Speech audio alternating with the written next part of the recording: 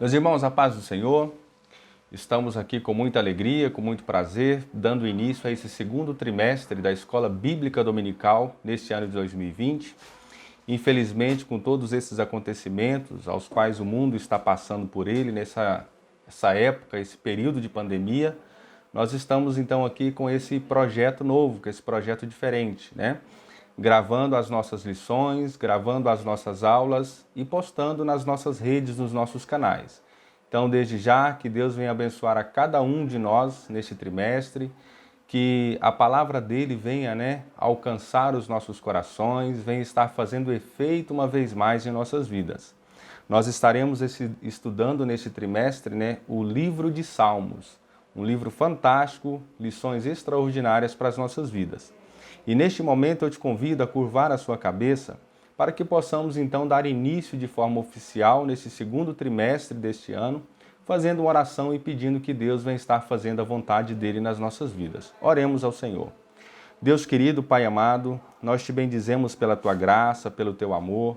Pai amado, obrigado por tudo quanto o Senhor tem feito em nossas vidas.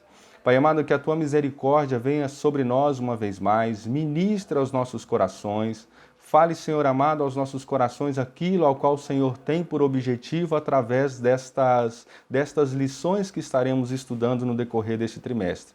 Pai amado, tudo seja para a honra, glória e louvor do teu santo nome. E que a tua vontade, meu Pai, venha ser também o nosso foco. É o que nós te pedimos em nome de Jesus. Amém. Meus irmãos, hoje, então, nós estaremos estudando a lição de número 2, que traz por título Jesus Cristo e Missões nos Salmos. Então, nós teremos aqui alguns aprendizados extraordinários que o Senhor deixou para nós através dos livros de Salmos. Antes de entrarmos em definitivo, nesta lição de número 2, eu destaco aqui o tema que nós estaremos estudando neste segundo trimestre, que é acerca do livro de Salmos. E a revista em si, que inclusive já está disponível aqui na igreja, junto aí aos nossos cooperadores, os nossos irmãos. Então procure a nossa igreja, adquira a sua revista. Como nós já sabemos, as revistas da Escola Bíblica são ferramentas de auxílio na nossa caminhada, no nosso aprendizado acerca da Palavra de Deus. Então adquira a sua revista, procure aqui, Pastor Alessandro, Presbítero Guilherme, eles estão com as revistas aqui. E adquira a sua. É uma ferramenta extraordinária para você, para mim, para todos nós no aprendizado da palavra do Senhor. E esse trimestre estaremos estudando o livro de Salmos, uma referência para a vida de adoração e oração do cristão. Então não fique sem a sua, Vamos então aí estar estudando acerca desse tema nesse trimestre. Meus irmãos, o livro de Salmos é um livro extraordinário, é um livro fantástico, um livro único da Bíblia.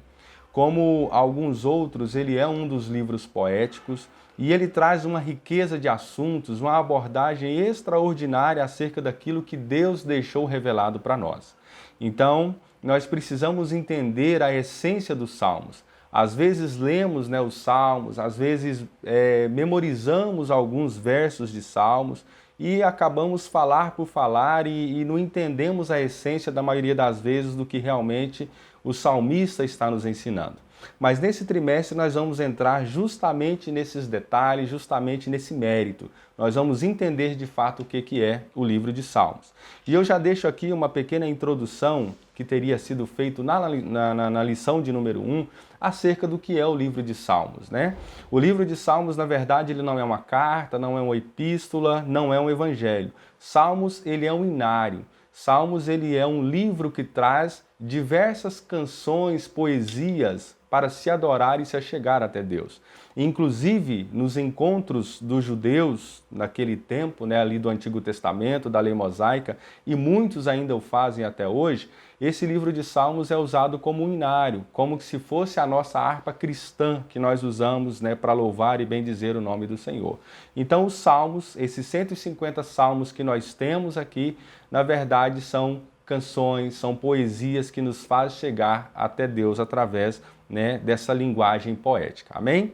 E aí eu gosto, inclusive, de destacar sempre que eu falo acerca de Salmos, que por ser um inário, por ser aí poesias, canções, os Salmos ele não é dividido em capítulos, ele é literalmente dividido em números, né? Então sempre que você for ler, sempre que você for meditar no Salmo, ele sempre será Salmo número tal, né? Conforme aquele que você estiver lendo, amém? E quanto à subdivisão destes Salmos, aí sim nós podemos dizer versículos, né? Porque é uma outra forma de linguagem. Então, Salmos número 2, versículo 5, por exemplo, né? É o que eu estou tentando transparecer neste momento, ok?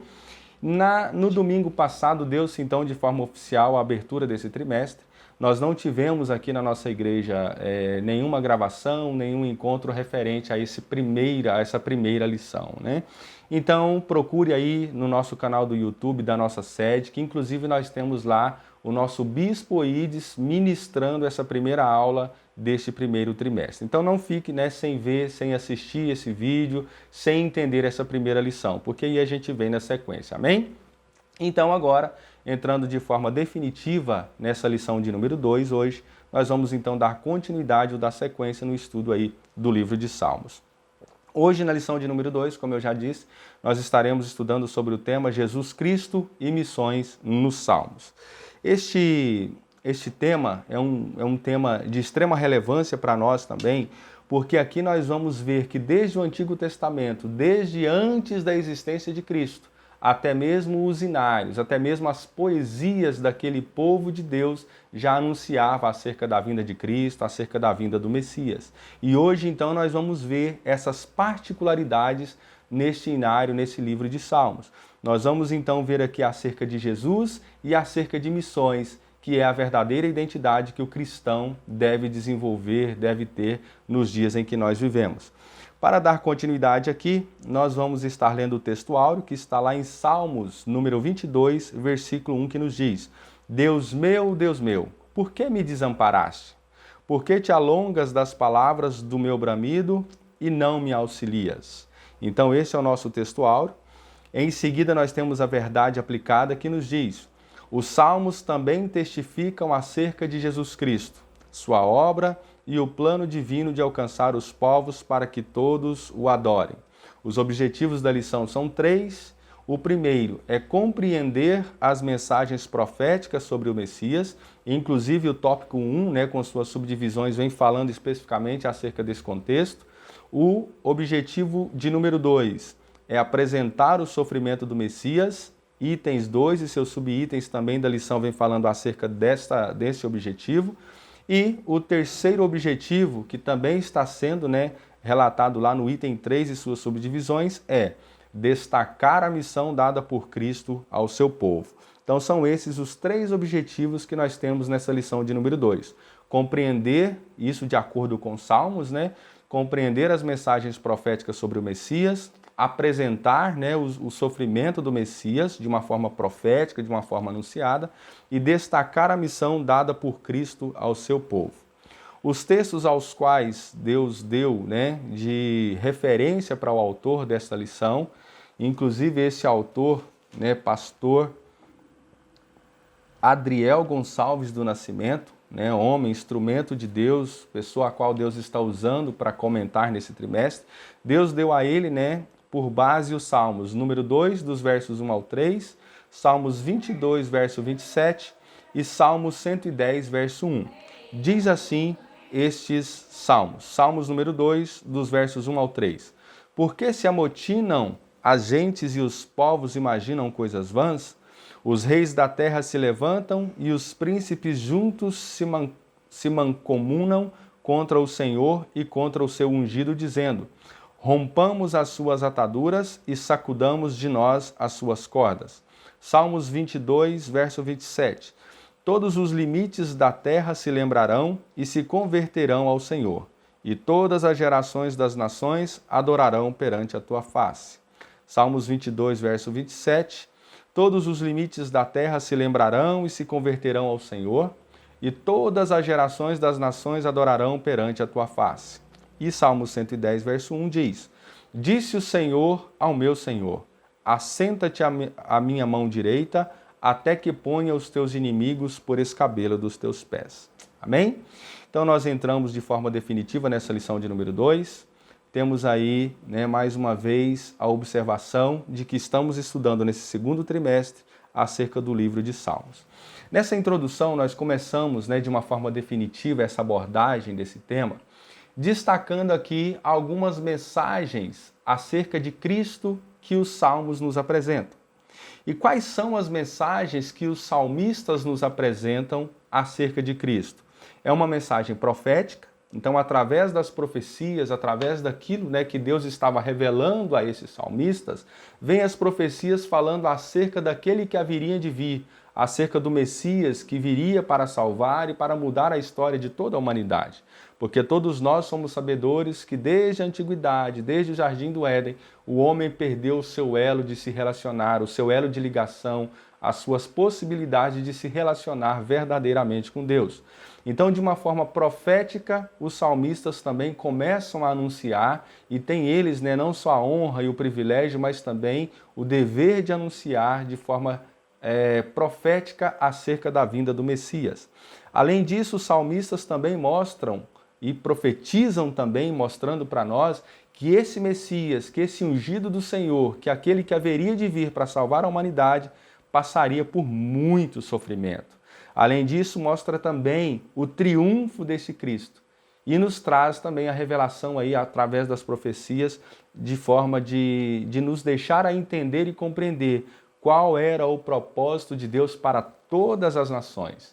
Enquanto que nós sabemos que no decorrer e no passar dos anos, no desenvolver da história, muitos povos surgiram, se desfizeram, outros ressurgiram, né? Então nós sabemos que no desenvolver da história, sociedades vêm, grupos sociais se desenvolvem, outros desaparecem, mas nós precisamos entender que o projeto de Deus não é só para judeus, não era só para gregos, nem só para romanos, mas o projeto de Deus, ele se estende a todas as nações, de todos os tempos, de todas as épocas. Amém? Então nós começamos então, entrando nessa lição, precisando entender que os Salmos nos traz uma revelação acerca de Cristo, através de profecias, nos mostrando qual seria a história desse Messias, como se desenvolveria o seu contexto, a sua obra nessa terra, né? Nos mostrando o seu sofrimento, mas também nos trazendo de forma bem clara e evidente que ele haveria de triunfar e haveria de vencer tudo isso por nossa causa, por nos amar, para que pudéssemos então ter restabelecido a nossa comunhão, o nosso elo com o nosso Senhor Criador, o nosso Deus. Amém? E aqui nós começamos então entrando nos itens, né, do desenvolvimento dessa lição. Eu destaco aquele primeiro objetivo da lição que nós lemos agora há pouco, que é compreender as mensagens proféticas sobre o Messias.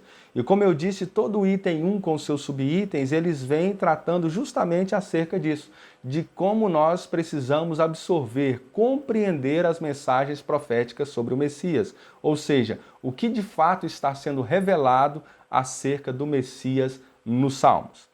E aí nós temos o item 1 que nos diz, profecias nos Salmos messiânicos. Os Salmos de número 2, para nós termos uma ideia, ele nos relata 3 grandes profecias acerca ou a respeito do Messias. A primeira delas é acerca da revolta da nação e do povo. Ou seja, os Salmos de número 2, ele nos mostra que Cristo haveria de existir, que o Messias, o ungido de Deus, haveria de vir e desenvolveria o seu ministério. Mas ele passaria por grandes afrontas, por grandes problemas, por grandes sofrimentos. E aqui nós então temos 3 profecias que se destacam a respeito desse Messias ou a respeito do seu ministério enquanto ele aqui estivesse. E a primeira é que o povo se revoltaria contra ele.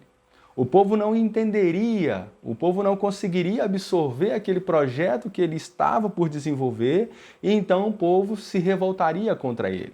E é interessante aqui que o salmista ele destaca nação e povo. Então aqui nós estamos ou podemos absorver de forma bem clara, compreender numa totalidade que todos e todas as nações haveriam de se revoltar, de se amotinar contra o Senhor. Que a grande maioria das pessoas não entenderiam, não compreenderiam o verdadeiro propósito do Messias e haveriam de se revoltar contra ele. E quando nós vamos lá no Novo Testamento, quando nós vamos ler, né, os livros os evangelhos, né, que contam a história real de todo o ministério de Jesus, nós vamos observar que essas profecias aqui, ditas nos Salmos, estão se cumprindo de forma evidente e clara lá na frente. Porque, inclusive, aquele povo que Jesus teria vindo única e exclusivamente para eles, segundo o ponto de vista de muitos, que eram os judeus, não o aceitaram, não o receberam, muito pelo contrário, o desprezaram. Mas a grande verdade é que nós sabemos, e nós podemos observar nas Escrituras Sagradas, que tudo isso já havia sido anunciado. Então nós temos a certeza que Jesus não veio somente para aqueles que acredita-se que era o povo exclusivo, que eram os judeus, mas que Jesus, o Messias, de fato veio para toda a humanidade, para todos os povos de todos os tempos. E aqui então nós podemos observar que não só a nação dos judeus, mas todas as nações se revoltaram contra o Senhor, contra o Messias. Eles não acreditaram no propósito real pelo qual ele veio. Eles não acreditaram naquilo que estavam vivendo. Então recusaram, deram as costas para o Messias e o fizeram sofrer de forma cruel. Mas dando sequência, dando continuidade aqui, daqui a pouco a gente vai ver mais alguns detalhes acerca disso. Nós podemos também destacar uma segunda profecia, que é acerca do triunfo do Filho de Deus, ou seja, esse Messias que foi recusado, que teve a revolta das nações e dos povos contra ele, ele haveria de triunfar. E quando nós analisamos o contexto lá na frente, né, nos evangelhos, nós observamos também que ele triunfou e que ainda haverá de triunfar ainda mais de forma sobrenatural sobre toda a humanidade de todos os tempos. E uma terceira profecia que é destacada é que o reinado do Filho de Deus, o reinado desse Messias, o reinado de Jesus é sobre todos os povos, sobre todas as nações. Então, por mais que ele tenha sido rejeitado, por mais que muitos ainda o continuam rejeitando, ele veio para triunfar e ele veio para reinar sobre todas as nações, sobre todos os povos. No tópico ou no subtópico 1.1, ele vem nos apresentando o seguinte tema: a revolta do povo contra o ungido de Deus. Os Salmos de número 2, ele se inicia já justamente nos mostrando essa revolta contra o Messias. Nós observamos ali um contexto que está sendo narrado, mostrando para nós que todos tinham ódio, se enfureceram contra Jesus. E é interessante que em momento algum, enquanto Jesus desenvolvia o seu ministério, nós conseguimos encontrar qualquer alternativa ou qualquer justificativa que seja que proporcione a alguém uma revolta tão grande quanto aquela que aqueles povos e aquelas nações sentiram contra ele. Em todo o tempo ele está trazendo uma mensagem de restauração, uma mensagem de renovo, uma mensagem de paz, de vida.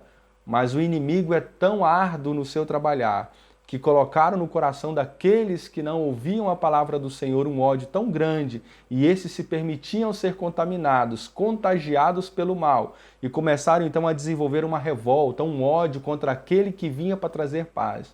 Mas que nós venhamos meditar e entender que em momento nenhum o que Cristo fazia proporcionava tais reações ou qualquer explicação que proporcionasse tais sentimentos. Mas ainda assim, de uma forma tão inexplicável, tão entendível, sem entendimento nenhum por qualquer pessoa que pare para pensar acerca disso com um pensamento racional e lógico, mesmo assim aquele povo, sem ter nenhum tipo de motivo ou razão, desenvolvia um ódio extraordinário contra Cristo, que vinha para anunciar boas novas, que vinha para trazer novidades. Além disso, nós também podemos observar, ainda nesse Salmo de número 2, que a revolta contra o Filho de Deus, ela era de todos os povos, indiferente de classes sociais.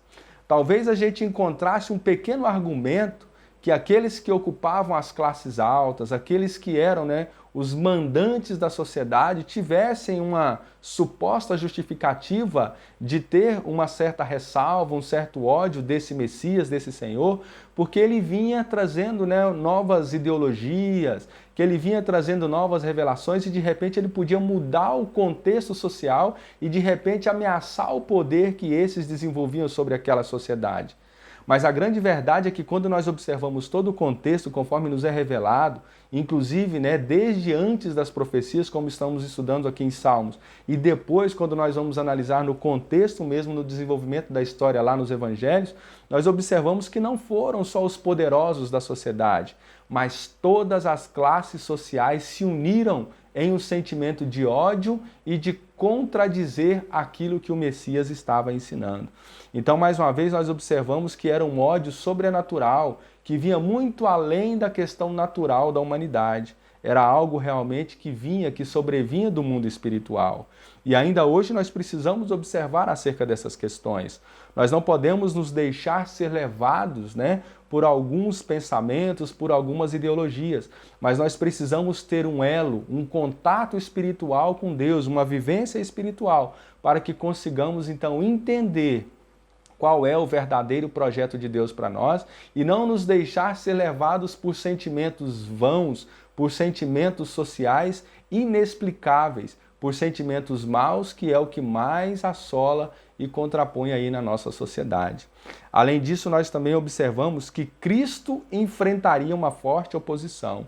Então, tudo que Cristo ia fazer, tudo que o ungido de Deus, tudo que Jesus estava desenvolvendo, ele sempre encontraria obstáculos, ele sempre encontraria inimigos. E isso o salmista está nos revelando nesse Salmo de número 2. E é interessante que quando nós vamos lá em Lucas, no capítulo 13, versículo 1, em Atos, no capítulo 4, dos versos 27 e 28, e ainda em Atos, no capítulo 5, versículo 33, nós vamos ver tudo isso se concretizando enquanto Jesus desenvolvia o seu ministério. Então Jesus, de fato, ele enfrentou, como foi profetizado aqui em Salmos, número 2, Jesus enfrentou todos esses obstáculos, todas essas oposições contra o seu ministério, contra a obra que ele desenvolvia. E é interessante que era uma obra de amor, que era uma obra de restauração, de renovo para o homem. Mas ainda assim, ele enfrentou de forma cruel uma oposição tão grande, uma oposição tão concentrada, que essa oposição inclusive lhe trouxe a morte. É o que nós vamos continuar discutindo daqui a pouco. Mas aqui eu abro um parênteses. Nós observamos aqui que quando Jesus desenvolvia o seu ministério, quando Jesus trazia a expressão do seu amor para todos que ali ele podia demonstrar aquilo, ou seja, ele trazia o seu amor para a humanidade, ele se manifestava, ele se permitia ser conhecido pela humanidade, nós observamos que os corações se encheram de ódio, que os corações rejeitaram esse amor, esse benefício que Cristo trazia para eles. E hoje, qual é a realidade que nós estamos vivendo? Será que nós hoje podemos criticar esses judeus, aqueles povos que rejeitaram, que desenvolveram um sentimento de tamanho ódio contra esse que vinha para salvá-los? Será que de fato hoje nós temos a sabedoria, a graciosidade de entender que o amor de Cristo realmente é sobre todas as coisas na nossa vida? Será que hoje nós conseguimos valorizar esse amor de Cristo por nós? Mas o que nós às vezes podemos observar são inclusive movimentos que se dizem religiosos, movimentos que inclusive se denominam igrejas, na verdade trabalhando com interesses próprios, na verdade trabalhando de uma forma a apenas obter vantagens capitalistas, vantagens de posicionamento social, vantagens de conquistas de poder. Mas a essência de Cristo, a essência do projeto, muitas das vezes é abandonada. Muitas das vezes a verdadeira obra de Cristo é tratada com ódio por muitos de nós que inclusive nos classificamos como cristãos, como adoradores, como verdadeiros evangélicos. Às vezes desenvolvemos características que não têm absolutamente nada a ver com aquilo que é o projeto de Cristo para as nossas vidas. Então nós precisamos rever os nossos conceitos. Nós precisamos meditar de uma forma um pouco mais ampla, de uma forma mais aprofundada em tudo isso que nós estamos discutindo. Estamos trazendo as características de um Messias que foi rejeitado, estamos trazendo à tona uma realidade triste, decepcionante para a humanidade que rejeitou o seu Salvador no passado. Mas também nós trazemos a reflexão neste momento, que hoje nós vivemos uma época em que a grande maioria dos povos e das nações também tem rejeitado esse Messias, também tem rejeitado esse projeto. E muitos de nós, inclusive de uma forma hipócrita, de uma forma absolutista, também temos desenvolvido essas características sem sequer percebermos. Mas nós precisamos voltar os nossos olhos para Cristo. Nós precisamos meditar cada dia mais na verdadeira essência do Evangelho e sermos verdadeiros imitadores de Cristo. Nós precisamos aceitar o que Cristo tem para as nossas vidas. No subitem 1.2, está nos destacando acerca do triunfo do Filho de Deus. A revolta e o conluio dos reis, príncipes, povos e nações, lá em Salmos 2, dos versos 1 ao 3, tinha uma finalidade de parar Jesus. Então nós observamos que além do povo rejeitar o projeto do Messias, a grande maioria inclusive trabalhou para parar Jesus. A grande maioria tinha o objetivo de calar Jesus, de fazer com que Jesus se emudecesse, de fazer com que Jesus não tivesse mais coragem de desenvolver o seu ministério. Abro uma vez mais um parênteses. Quantos querem parar a obra que Deus está te usando para fazer? Não pare. Não pare de fazer o que Jesus, o que Deus te nomeou para fazer. Erga a cabeça assim como o nosso Cristo fez. Mesmo em meio a tantas revoltas, mesmo em meio a tantas dificuldades, em momento algum Jesus parou de desenvolver o seu ministério. Então, da mesma forma, nesta manhã, neste dia, eu te digo, siga em frente. Caminhe fazendo aquilo que Deus te separou para fazer. Aquilo que Jesus te nomeou, desenvolva, porque esse é o teu chamado. E haverá um dia que, assim como Jesus triunfou, Ele fará você também triunfar no cumprimento do teu ministério. Nós observamos ainda que além de terem tentado fazer Jesus parar, e assim, é interessante essa ideia de que muitos tentaram fazer Jesus parar, que até mesmo a grande maioria que desenvolveu esses projetos para tentar fazer Jesus parar foram os religiosos daquela época. Então, muito cuidado, você e eu, com a nossa religiosidade. Nós precisamos ter corações de verdadeiros adoradores para entendermos o verdadeiro projeto de Deus. Porque quando nos escondemos atrás de imagens, de máscaras, apenas tentando transparecer uma religiosidade, muitas das vezes, ou na grande maioria das vezes, consequentemente, nos tornamos verdadeiros religiosos. E nós já observamos no decorrer da Bíblia que religiosidade só nos leva para o inferno e nunca para perto do Senhor. Diz mais, não querem o poder e o domínio de Jesus sobre eles. Meus irmãos, é interessante que desde aquela época o povo já tinha uma certa ambição de poder, um certo desejo de ter o poder em suas mãos. Mas todos nós somos sabedores que tudo que está nesse mundo, que tudo que foi criado, é para honra, glória, louvor e adoração ao nosso Deus. Então o poder, a soberania, independente de qualquer coisa, ela é de Deus. E a alguns de nós, Ele permite algumas posições, hierarquicamente falando, de destaque, mas que na grande verdade não é para que venhamos a aparecer ou nos sobrepor sobre alguém. Quando ocupamos posições, quando temos cargos, quando estamos aí fazendo parte de algumas hierarquias, independente de estarmos no topo ou abaixo dela, tudo tem um sentido, tudo tem um significado, tudo tem uma razão. Se eu estou no topo de uma posição ou de um quadro hierárquico, se eu estou no topo ali, é porque eu tenho uma missão, eu tenho uma tarefa, eu tenho que desenvolver alguma coisa para honrar e bendizer o nome do Senhor. A Bíblia nos deixa isso bem claro. Então, em momento algum, eu consigo sobrepor a sobrenaturalidade de Deus.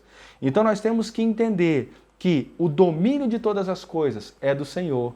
Mas aqui nós observamos que o salmista já prenunciava, já trazia através das profecias que Deus estava dando, que a maioria dos povos, as nações, não aceitariam o domínio de Jesus. E quando nós nos submetemos aos nossos domínios, à nossa autoridade somente, sem a autoridade, sem a direção de Deus, sem o Espírito Santo nos direcionar, o resultado é fracasso. O resultado nós sabemos que é fracasso absoluto, que é derrota. Sigamos aqui. Não querem se submeter à autoridade de Cristo. Cristo é autoridade sobre nós. É Ele quem determina. É Ele quem faz todas as coisas. Conluio e revolta não subsistirão. Aqui o salmista já estava mostrando e relatando para todos nós que mesmo que tudo isso viesse a existir como existiu, nada disso ia prevalecer contra o Messias. Tudo isso haveria de cair por terra, todos eles seriam derrotados nesses seus projetos. E quando nós analisamos o contexto, nós observamos claramente que isso de fato aconteceu. Todos eles caíram, não subsistiu nenhuma oposição contra o Messias. pois ele venceu, ele venceu. Os sábios e entendidos serão confundidos. Meus irmãos, aqueles que se dizem sábios, mas que não procuram entender a verdadeira essência do Evangelho de Cristo, na verdade se tornam loucos, na verdade são humilhados, porque o que eles acreditam ser verdade é ilusão, porque a grande e absoluta verdade é aquilo que Cristo tem feito e revelado para todos nós. A verdade absoluta é o ministério que Cristo desenvolveu. E ele se resume em amor, ele se resume em cuidado com o próximo, ele se resume numa filosofia de amar um ao outro como a si mesmo. Mas quando nós nos entregamos às sabedorias advindas da carne, advindas deste mundo dominado pelo inimigo, nós nos tornamos verdadeiros loucos, nós nos confundimos e normalmente direcionamos as nossas vidas para um caminho tempestuoso e cheio de obstáculos. É interessante também que o salmista demonstra que haverá triunfo sobre os arrogantes. Meus irmãos, a Bíblia o tempo todo ela condena a arrogância.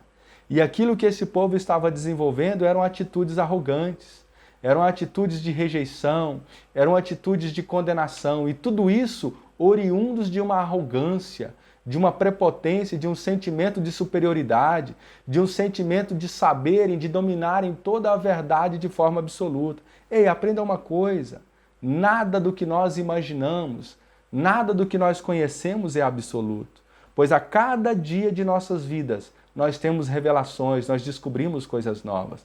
E às vezes nós nos prendemos a algumas questões, a algumas filosofias e começamos a ter isso como absoluto, que isso é dessa forma e ponto final. Cuidado com esses pensamentos. Permita-se ser ministrado e renovado pelo Senhor, pelo Espírito Santo, a cada dia. Inclusive, esta é uma das orações que eu faço todos os dias pedindo ao Senhor. Senhor, renove o meu conhecimento. Pai amado, traga aquilo que o Senhor tem para ser revelado na minha vida. E nós precisamos ter um coração, uma mente aberta, uma boca controlada, para não proferirmos injustiças, para não proferirmos falsas palavras, falsos conhecimentos. Nós não podemos ser arrogantes, nós não podemos imaginar que sabemos de todas as coisas. Mas nós temos que ser verdadeiros arautos, instrumentos do Senhor e permitir que a verdade de Cristo seja revelada na nossa vida a cada dia. E esse povo não aceitava isso, então se tornaram arrogantes. E a Bíblia nos mostra que o Senhor triunfará sobre os arrogantes. E isso aconteceu quando nós analisamos lá os evangelhos. Existe aqui uma frase de Spurgeon que eu quero destacar. O Senhor deu ao seu ungido a vara de ferro com a qual ele fará em pedaços as nações rebeldes. Então o Senhor tem toda a autoridade. Este mesmo homem que veio, que sofreu, que teve todos contra ele, que desenvolveu o seu ministério de forma árdua, de forma criticada, com oposições terríveis, Deus deu a ele a vara de ferro para que ele viesse a exercer o seu domínio, a sua autoridade. No tópico ou no subitem 1.3 diz, o reinado do Filho de Deus. O decreto divino estabelece o reinado do Filho de Deus. Irmãos, não tem como nós fugirmos disso. Glória a Deus por isso. O reinado do Filho de Deus, de Jesus Cristo, desse Messias que sofreu por nossa causa, esse reinado, esse absolutismo dele, é um decreto, é o decreto dado por Deus, é o decreto divino. E quando nós meditamos nesses Salmos de número 2, nós vamos observar, inclusive, que lá vem falando o decreto divino. Irmãos, não é um decreto, não é um dos decretos, não, é o decreto. Não existe outro. Isso é absoluto, isso é certeza, isso é revelado para nós, que o Filho de Deus, aquele que veio para nos salvar, esse mesmo que foi afrontado, mas que venceu até mesmo a morte, é ele, é dele o reinado, é dele toda a autoridade, e é ele quem vai exercer sobre nós o domínio, o reinado, a autoridade. Graças a Deus por isso. É o decreto divino, não tem discussão. E nós exaltamos o nosso Senhor, porque ele será rei definitivamente sobre nós. E a partir de então, nós já podemos aceitar o reinado desse Messias nas nossas vidas. Quando nós aceitamos Cristo como nosso Senhor e quando nós nos submetemos aos seus mandamentos, nós já estamos colocando Ele no topo das nossas vidas e Ele está sendo o Rei das nossas vidas. Mas haverá um dia, conforme a Bíblia nos mostra, por causa desse decreto divino, que Ele estabelecerá o seu reinado sobre todos os povos e sobre todas as nações. Queiram ou não, esta é a realidade. No verso 8 desse Salmos de número 2 diz: Pede-me, e eu te darei as nações por herança, e os fins da terra por tua possessão. Então aqui nesse verso 8, o próprio Deus está dizendo para o Filho, para Jesus: Pede-me e eu te darei. E assim aconteceu. O Novo Testamento mostra de uma forma mais detalhada o ofício de Cristo. Então, quando nós analisamos aqui os Salmos, nós estamos tendo uma ideia de profecias nos mostrando, nos trazendo, nos anunciando esse Cristo, nos mostrando quem ele seria. Mas, quando nós analisamos, por causa do período e da época em que nós vivemos, nós já conseguimos ver outros livros que estão lá no Novo Testamento, especificamente os Evangelhos, e assim também como Atos, nos mostrando que tudo isso que foi anunciado está sendo concretizado ou foi concretizado conforme está sendo relatado lá. Mateus capítulo 25, dos versos 31 e 32 diz: Cristo governará o mundo. Então, mais uma vez, consolidado aí essa verdade que está sendo anunciada. Mateus 28, 18, Hebreus 1, 3, as nações serão reunidas em volta dele. Efésios 1, 22 e 23, a igreja também será governada por ele. Inclusive, irmãos, tem igrejas que elas vivem como se fossem independentes de Cristo. Elas envolvem um grupo social cheio de problemas, cheio de loucuras, inclusive, dependendo de algumas delas, e daqui a pouco começam a dizer que tudo isso é normal, que o que importa é ser feliz, que isso é permitido, que Deus quer o bem. Ei, alto lá! A Bíblia nos mostra que até mesmo a igreja, ela é governada pelo Messias. Então, se vai contrário àquilo que Jesus está dizendo, é contrário aos princípios do que Jesus falou, não está sendo, de acordo com a vontade e o propósito dele. Então, nós precisamos nos atentar até mesmo para qual igreja nós estamos entrando e fazendo parte dela. Porque se está conforme aquilo que a Bíblia Sagrada diz, amém. Está contrário, misericórdia. Porque eu não posso ser igreja, eu não posso dizer que sou igreja, se eu não estiver de acordo com aquilo que é mandamento de Jesus. Então, até mesmo a igreja, ela é governada por Cristo e não por homens. Nós observamos ainda no Salmos 2:9, aqueles que não aceitarem o Messias sofrerão duro juízo. É uma consequência natural, é uma consequência.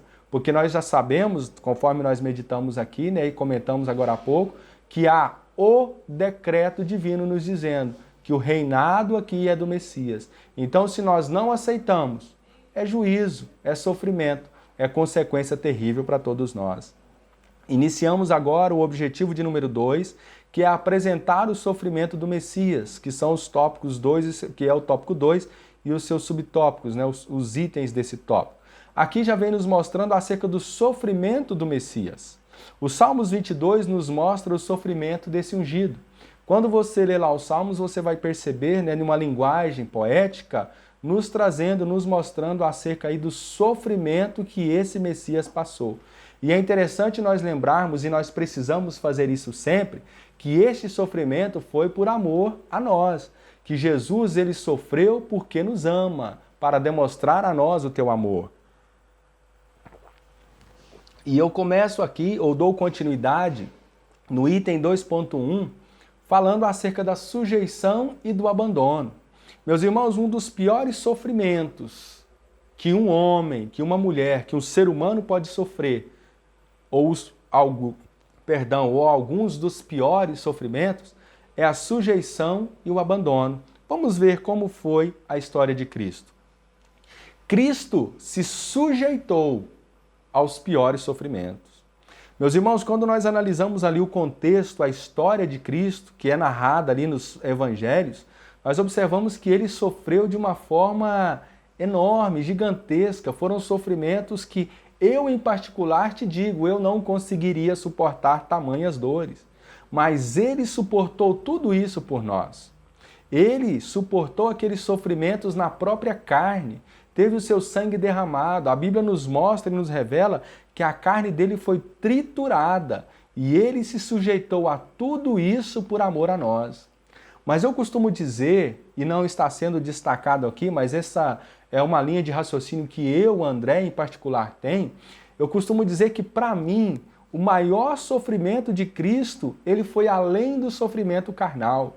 Para mim, o maior sofrimento de Cristo, no meu ponto de vista, foi o sofrimento psicológico, em saber que tudo aquilo que ele estava passando, em que tudo aquilo que ele estava se sujeitando por amor, seria rejeitado, ignorado, desprezado pela grande maioria dos homens e das mulheres de todos os tempos, de todas as nações.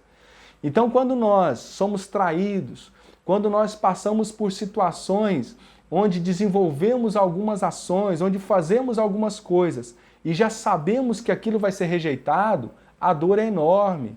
Aquilo nos traz um vazio, aquilo nos traz um sofrimento, né, na alma, aquilo nos deixa realmente tristes. Agora, Jesus Cristo já sabia de todas essas coisas. Então aqui eu destaco, né? Jesus, ele tinha um sofrimento psicológico terrível, que só ele sabe o tamanho deste sofrimento. Além desse sofrimento psicológico, além do sofrimento de alma, ele ainda tinha o sofrimento de corpo, pois o seu corpo estava sendo triturado. Além do seu corpo estar sendo triturado, ele ainda estava ouvindo palavras maldizentes que só ele sabia o tamanho da dor que isso causava nele. Mas ele se sujeitou a tudo isso por amor a todos nós. Olha o tamanho da obra de Cristo, olha o tamanho do amor de Cristo.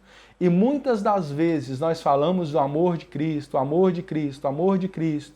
Como hoje, como amanhã, né, melhor dizendo, por exemplo, domingo, estaremos aqui na nossa igreja em particular, celebrando a ceia em nossos lares. Nós relembramos nessa atitude o amor e o sacrifício de Cristo. Mas muitos de nós, em muitas das vezes, deixamos isso passar de uma forma batida, sem sequer entendermos a profundidade disso. Mas que o Espírito Santo traga à tua mente, ao teu coração, o entendimento acerca da sujeição que Cristo foi submetido, daquilo que ele se sujeitou por amor a nós. Olha o tamanho dos sofrimentos, no plural, sofrimentos, que ele se sujeitou por amor a nós.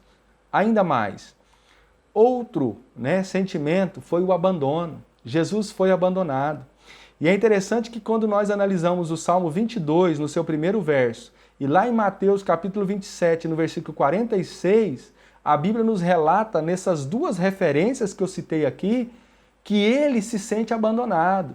Ele vira para Deus, para o Pai, e diz: Eli, Eli, lama sabachthani. Isto é, Deus meu, por que me desamparaste? Então ele se sentiu abandonado, ele se sentiu desamparado.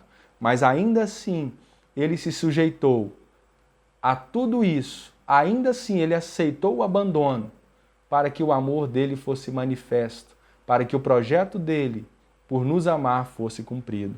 E é através desse projeto, é através dessa obra que ele desenvolveu, que você e eu temos acesso novamente ao Senhor, a Deus, o nosso Criador. Diz mais, Gálatas 3,13, Cristo nos resgatou da maldição da lei, fazendo-se maldição por nós. Quem tinha que sofrer tudo isso? Era você, era eu, éramos todos nós. Mas ele levou sobre ele sofreu tudo isso para que nós pudéssemos viver a liberdade que era dele. Então, na verdade, ele inverteu todo o processo.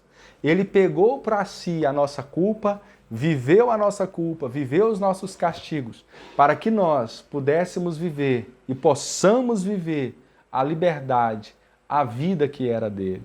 Então, é por isso que a Bíblia nos mostra claramente que ele deu a sua vida para nós. Então, nós precisamos viver a vida de Cristo. Nós precisamos honrar e bendizer a sujeição, né, e o amor que Cristo nos demonstrou. Pregado à cruz, vemos o nosso grande Redentor em situação desesperadora e aflitiva. Ele se agarra a Deus e clama 2 vezes, Deus meu, Deus meu.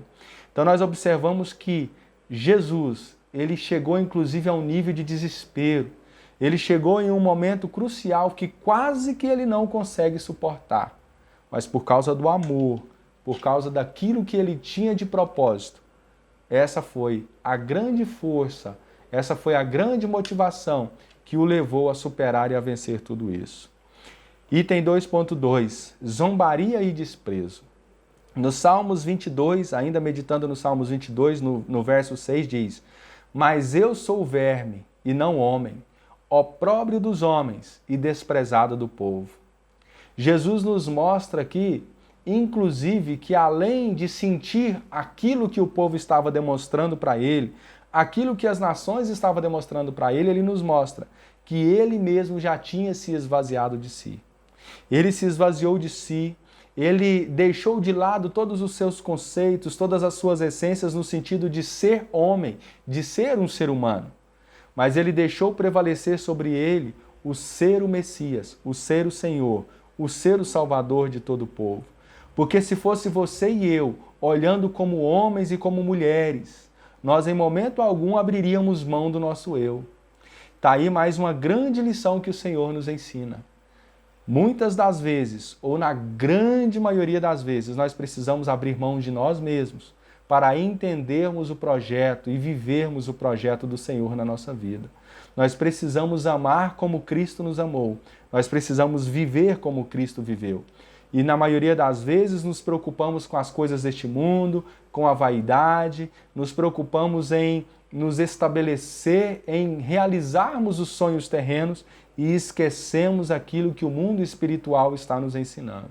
Ei, volte-se para o Senhor, esvazie-se de si mesmo, assim como eu tenho tentado, nós precisamos nos esvaziar de nós mesmos e nos achegarmos ao Senhor, vivermos a vontade do Senhor, porque até mesmo Cristo, o Senhor das nossas vidas, aquele que não pecou em momento algum, ele próprio fez questão de nos ensinar que nós precisamos nos esvaziar de nós mesmos. Nós precisamos entender o propósito de Deus nas nossas vidas e dar lugar para que isso aconteça. Ele assumiu a forma de servo. E isso, além do Salmos 22, também está sendo reforçado lá em Filipenses 2, dos versos 6 ao 7. Deixou o seu trono, saiu dos céus. Irmãos, quem hoje que ocupa um lugar de destaque na sociedade, vamos falar dessa forma, quer deixar a sua cadeira e se tornar um servo? Ei, Jesus foi muito mais do que isso. Jesus, ele saiu dos céus, ele deixou o seu trono e se fez criatura. De criador passou a ser criatura. De estar num trono, saiu e veio para um mundo terreno para sofrer, para nos mostrar o teu amor e nos resgatar. Jesus, esse Messias, seria desfigurado a ponto de nem parecer um ser humano. Lá em Isaías 52:14 também anuncia isso e os evangelhos nos mostram que quando Jesus estava ali no final daquele momento de sofrimento, de tortura, ele estava completamente desfigurado.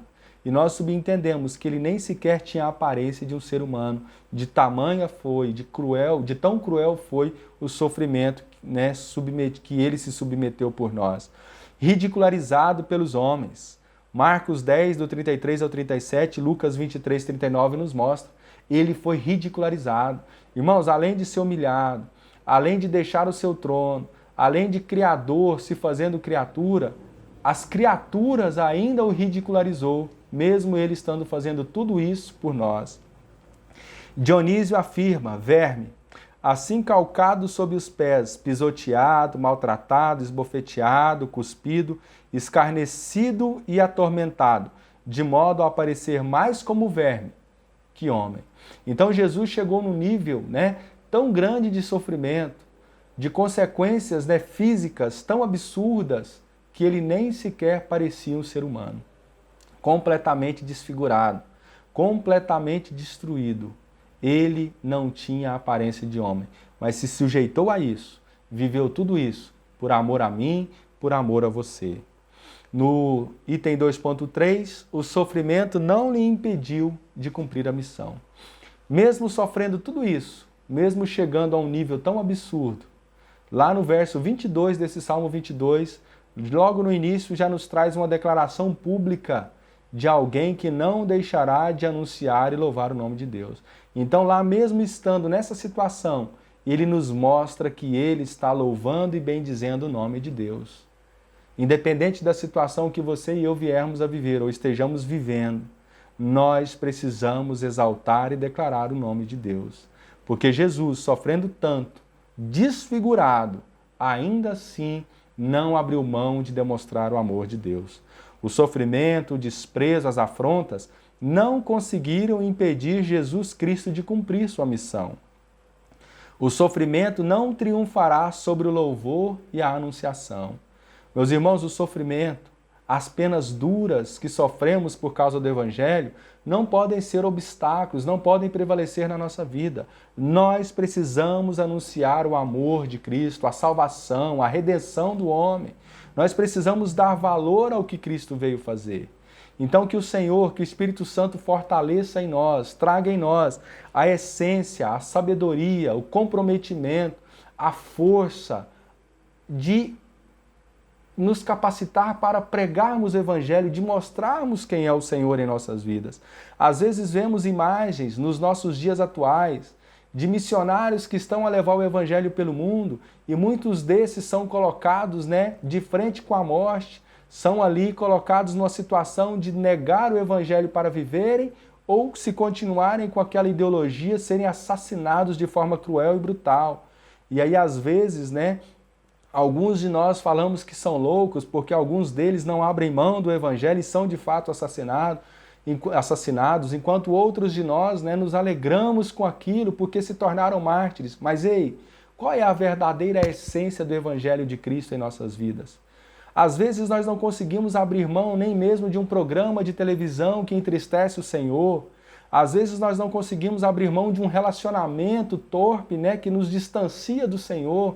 Quanto mais queremos então dizer que somos bons o suficiente para que, se fôssemos colocados numa situação como essa, nós não negaríamos o Senhor. Nós precisamos rever os nossos conceitos. Nós precisamos nos achegar cada vez mais perto de Cristo para que de fato possamos ser verdadeiros e fiéis adoradores, verdadeiros propagadores do Evangelho de Cristo.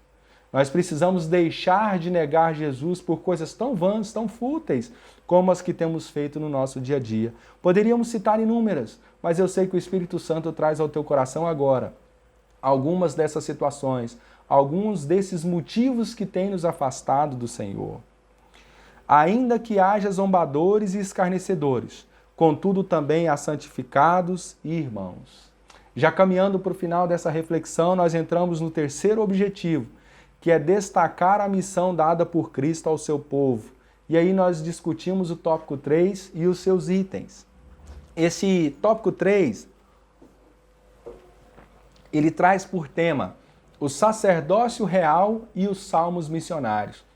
E é interessante porque agora nós entramos numa parte em que os salmistas nos mostram que nós também precisamos ser propagadores do Evangelho, que nós temos uma missão. Perdão.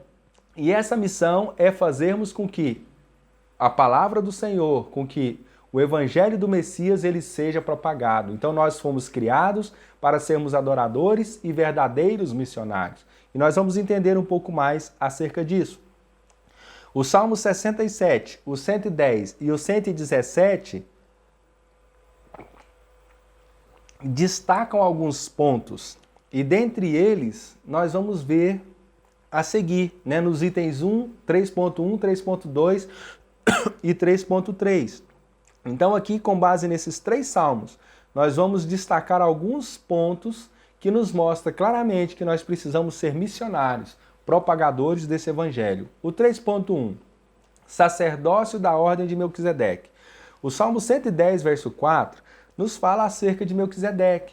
E aí nós observamos lá em Hebreus 5.6 e Zacarias 6.13, algumas características que nos levam a entender por que o salmista está, fazendo um paralelo, um comparativo do Messias com Melquisedeque.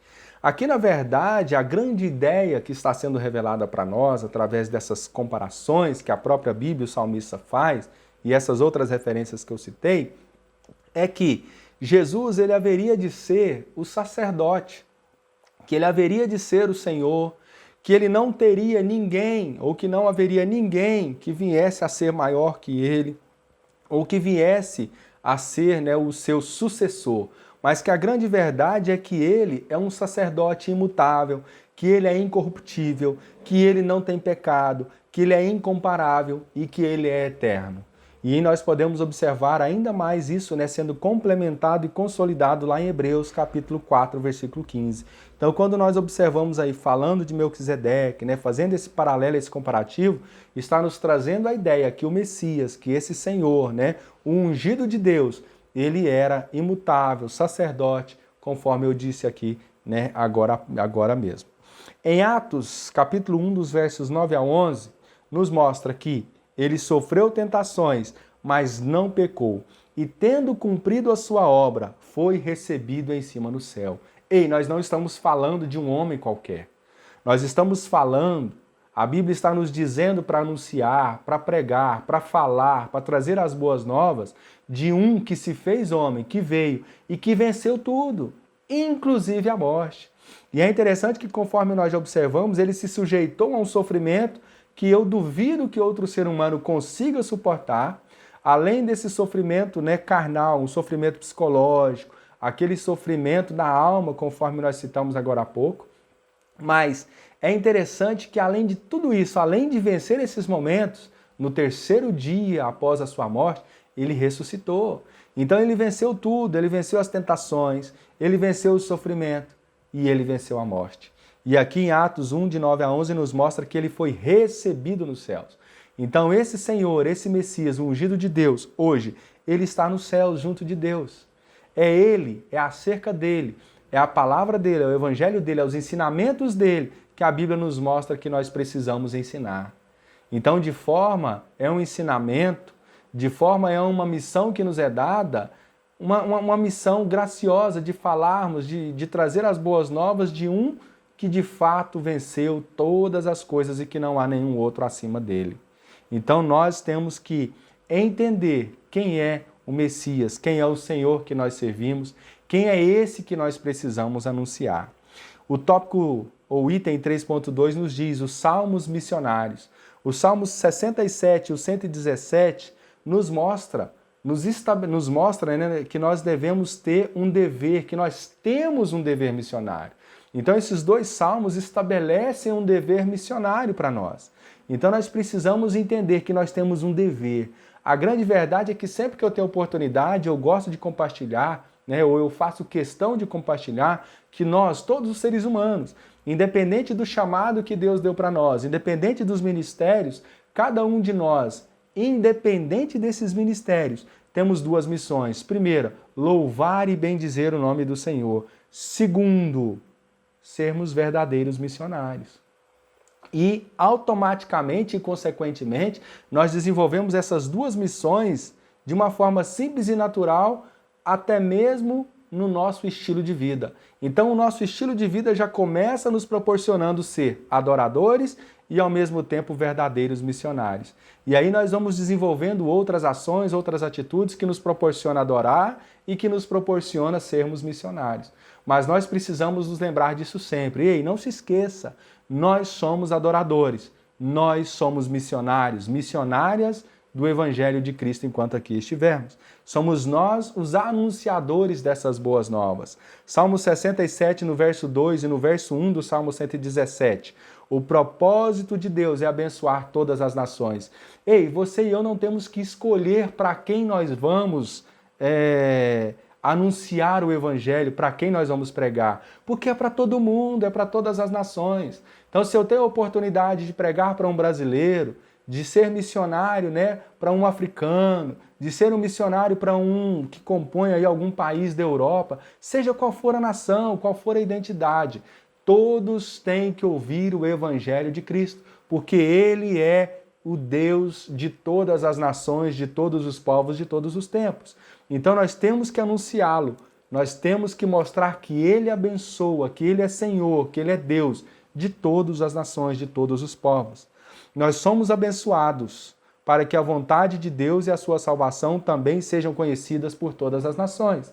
E aqui talvez até uma resposta para muitos que buscam uma bênção, que buscam uma conquista, e essa bênção, essa conquista nunca chega e daqui a pouco começa a questionar. Ei, olha a resposta.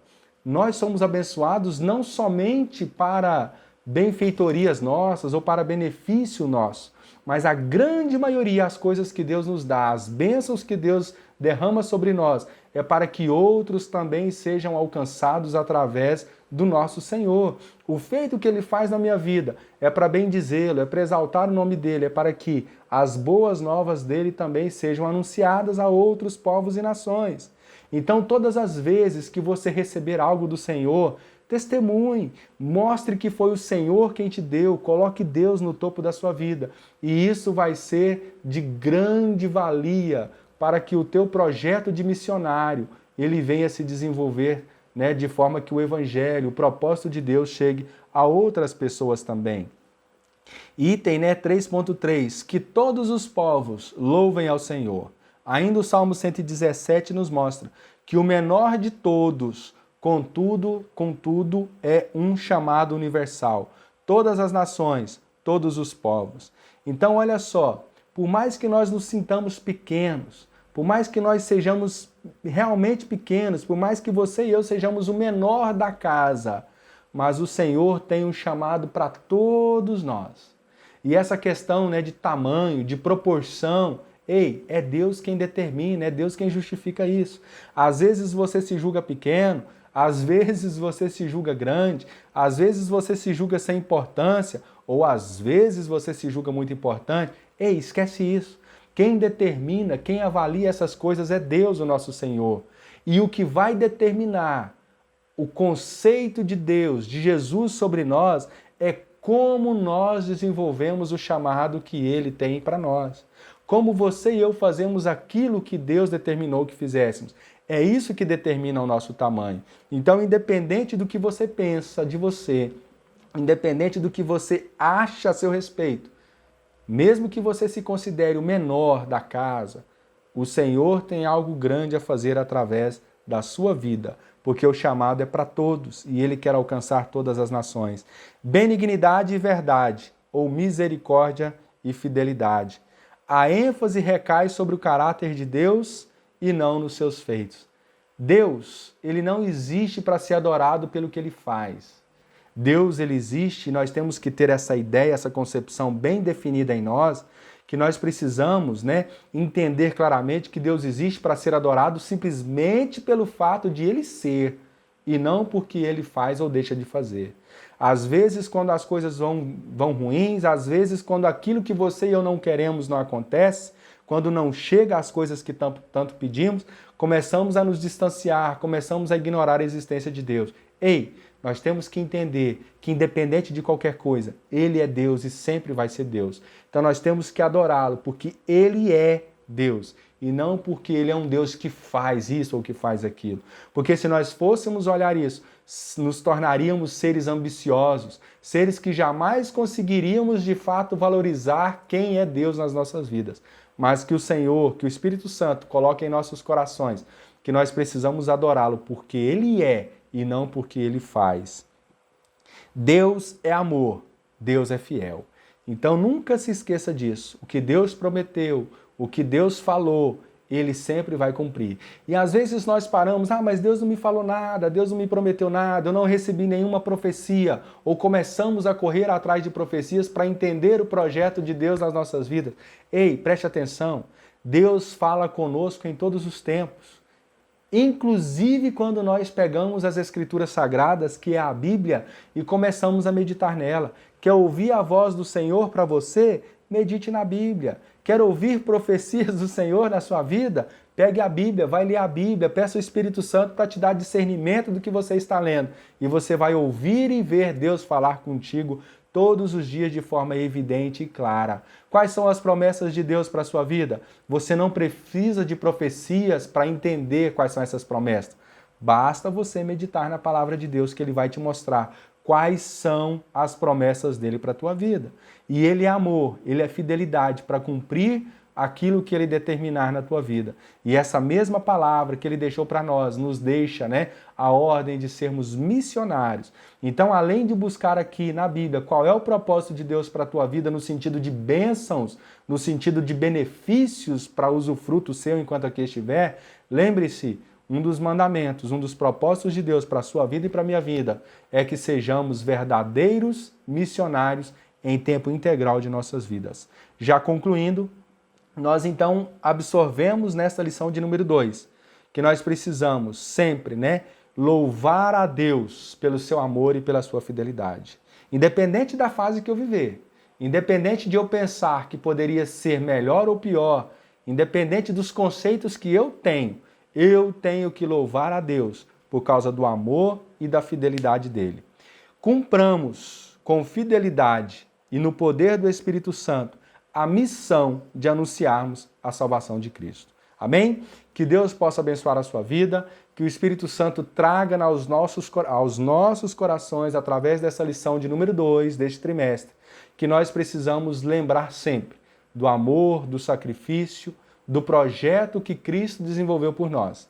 E que nós venhamos ter cada dia mais o comprometimento em bendizer o nome do Senhor, em honrar esse amor, em honrar esse sacrifício, em bendizê-lo em todas as nossas atitudes, propagando, levando o Evangelho de Cristo onde quer que nós venhamos a ir.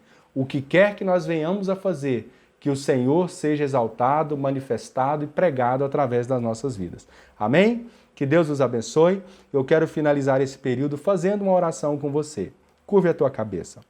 Senhor amado, Deus Todo-Poderoso, nós te bendizemos por esta lição, nós te bendizemos, Pai, por este momento e pedimos que o teu Espírito Santo venha trazer sempre à nossa memória o tamanho do teu amor, o tamanho da sua sujeição, o tamanho, ó Deus, de tudo que o Senhor suportou por amor a nós.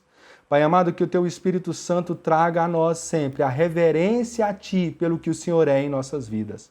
Pai amado, que as nossas dificuldades, que aquilo que pensamos que precisamos, que nós venhamos colocar na tua presença para que o Senhor defina qual é a melhor forma para alcançarmos aquilo que tanto imaginamos precisar. Mas que em todos os momentos, acima de tudo, a tua vontade se prevaleça nas nossas vidas.